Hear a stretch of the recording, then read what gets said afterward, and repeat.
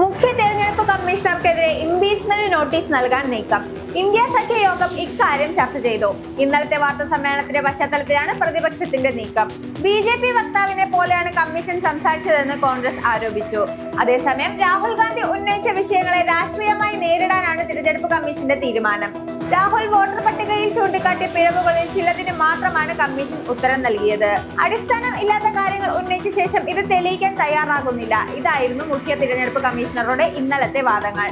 തിരഞ്ഞെടുപ്പ് കമ്മീഷനിലെ അംഗങ്ങളെ നിശ്ചയിക്കുന്ന കോളേജിയത്തിലെ അംഗമാണ് പ്രതിപക്ഷ നേതാവായ രാഹുൽ ഗാന്ധി. ആ രാഹുൽ ഗാന്ധിക്കെതിരായ കമ്മീഷന്റെ ഈ പരസ്യ നീക്കം രാഷ്ട്രീയ തർക്കം രൂക്ഷമാക്കാൻ ഇടയാക്കും. രാഹുൽ പറഞ്ഞ പല കാര്യങ്ങളും അടിസ്ഥാനരഹിതമാണെന്ന് ചൂണ്ടിക്കാട്ടിയ കമ്മീഷൻ എന്നാൽ വോട്ടർ പട്ടികയിൽ പിഴവുണ്ടെന്ന് അംഗീകരിക്കുന്നുണ്ട്.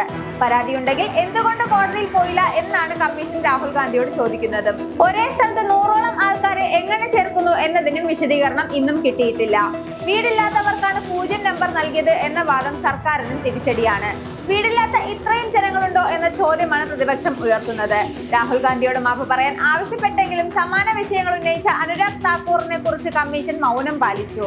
രാഹുൽ ഗാന്ധിയുടെ യാത്ര തുടങ്ങിയ ദിവസമാണ് SIRൽ മാറ്റം ഇല്ല എന്ന് കമ്മീഷൻ അറിയിക്കുന്നത്. ബംഗാളും കേരളവും അടക്കം കൂടുതൽ സ്ഥലങ്ങളിൽ ഇത് നടപ്പാക്കും എന്ന സന്ദേശവും കമ്മീഷൻ നൽകുന്നു.